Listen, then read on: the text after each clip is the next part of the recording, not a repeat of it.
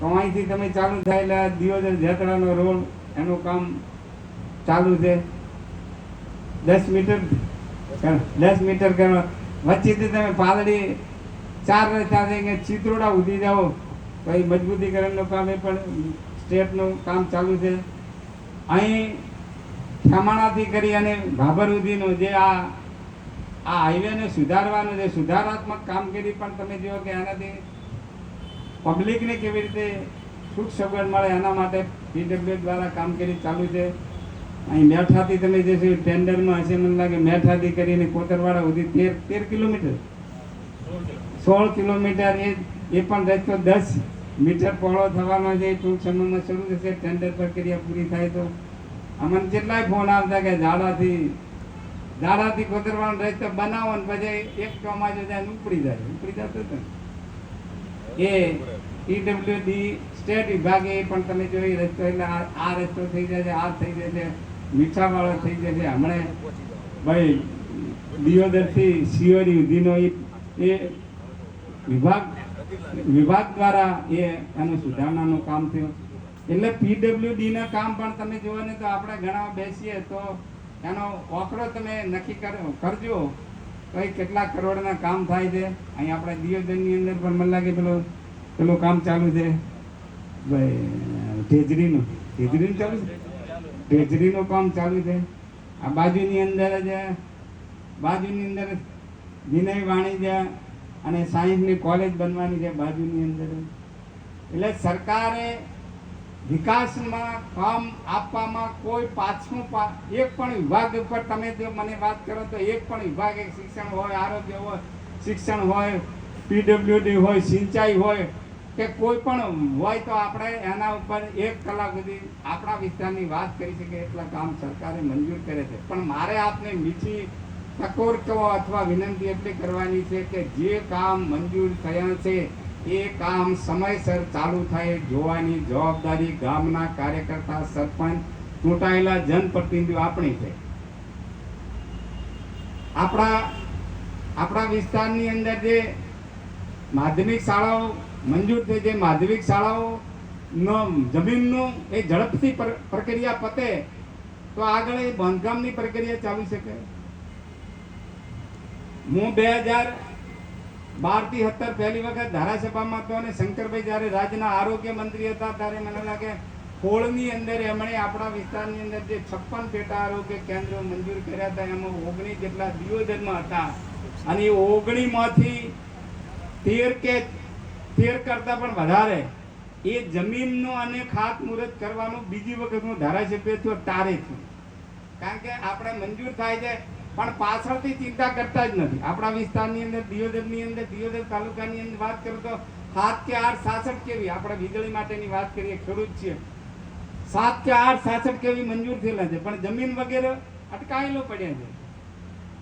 Private જમીન ખરીદવા માટે ઝટકો તૈયાર છે પણ પ્રાઇવેટ જમીન અપાવવા માટે પણ આપણે તસ્તી નથી લેતા. આ જવાબદારી આપણી છે. આપણા લક્ષ્ય વિકસિત ભારત. તો વિકસિત ભારત 2047 સુધી બનાવવું હોય તો આપણે બધાય મથવું પડે. મોદી સાહેબ તો એમ કે 140 કરોડ નાગરિક ભાઈ બહેનોના સહિયારા પુરુષાર્થથી આ સિદ્ધિ આપણે મેળવવાની છે. તો આપણે તો જાહેર જીવનના કાર્યકર્તા છીએ તો આપણી જવાબદારી થાય છે કે આપણો ગામ હોય, આપણો વિસ્તાર હોય, જ્યાં આપણે પ્રતિનિધિ કરીએ શકીએ છીએ, એ જિલ્લા પંચાયતના સભ્યો હોય, તાલુકા પંચાયતના સભ્યો હોય તો પોતાના વિસ્તારની અંદર સરકારના મંજૂર થયેલા એક પણ કામ એ તાત્કાલિક શરૂ થયા વગર ના રહે એની ચિંતા કરવી પડે. એ જવાબદારી આપણી થાય છે. સરકારે આપણા અને 15 ખાતમુહૂર્ત તમે કરો, તમારા ભાગે આવતો તમે ડેલિગેટો અહીં લોકલ ગ્રાન્ટો છે, સરપંચો ડેલિગેટો ત્યાં ખાતમુહૂર્ત કરે કે અમને ટાઈમ ના હોય તો પણ આ બધું કરવું પડે. છેવટે આપણે એના માટે છીએ. અને એટલે મારી આપ સૌની વિનંતી છે કે જે કામ મંજૂર થાય છે એ તાત્કાલિક આપણે શરૂ કરાવવા જોઈએ. એમાં જે કોઈ કામ હજુ ખૂટતું હોય, જે કડી ખૂટતી હોય એને તાત્કાલિક ઉમેરવા માટેની પ્રક્રિયા આપણે કરવી જોઈએ. આ સિંચાઈની વાત કરી દો તો સિંચાઈ આ તળાવો અને પાઇપલાઇનનું કામ સૈદ્ધાંતિક મંજૂરી સરકારે આપી એટલે આપણે ગામડે પાણી સમિતિ બનાવી હતી. પણ પાણી સમિતિમાં જે હોય એ પોતાની જાતને પૂછે કે તમે કેટલો પ્રયત્ન કર્યો છે. માત્ર કાગળ ઉપર રહેવાથી પાણી સમિતિનો મતલબ શું છે? આ દિયોદર લાખની પાઇપલાઇન એક જેનું કામ અત્યારે ચાલુ છે, દિયોદર લાખની 2 જે રેલવે થી આ ભાગમાં આવે છે, દિયો એ ફેઝ 2 એ રીટેન્ડરિંગમાં છે. એજન્સી ડિપોઝિટ ના ભરી લેવે રીટેન્ડરિંગ થશે, એ કામ શરૂ થવાનું છે. પણ જ્યાં જ્યાં આ કામ અટકે છે ત્યાં આપણી જવાબદારી છે કે શેના કારણે અટકે છે એને સમજાવવો. પાક વળતરનો વિષય છે, સરકારના ધારાધોરણ પ્રમાણે પાક વળતર મળવાનું છે. બાકીની વાત આપણે એમને સમજાવવી પડે. આ પ્રોજેક્ટને આપણે ઝડપથી પૂરો કરવાનો છે.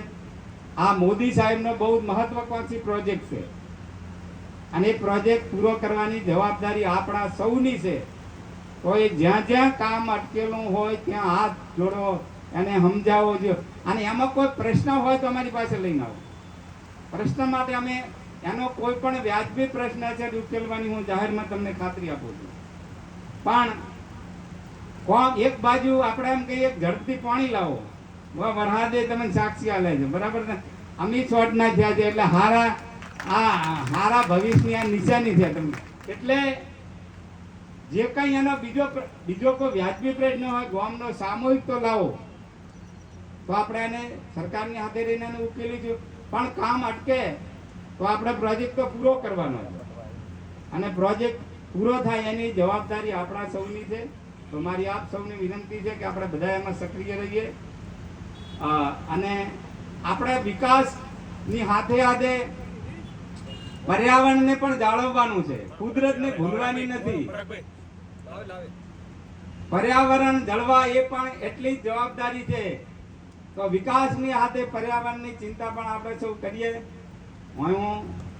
અહીં પણ આપણે મને વાત કરી કાર્યપાલક ઇજનેર સાહેબે કે અહીં આપણે આ વિસ્તાર આખો ગ્રીન રહે એના માટે થઈ અને સોલાર સિસ્ટમ, એટલે આખું આ સોલાર ઉપર ચાલવાનું છે.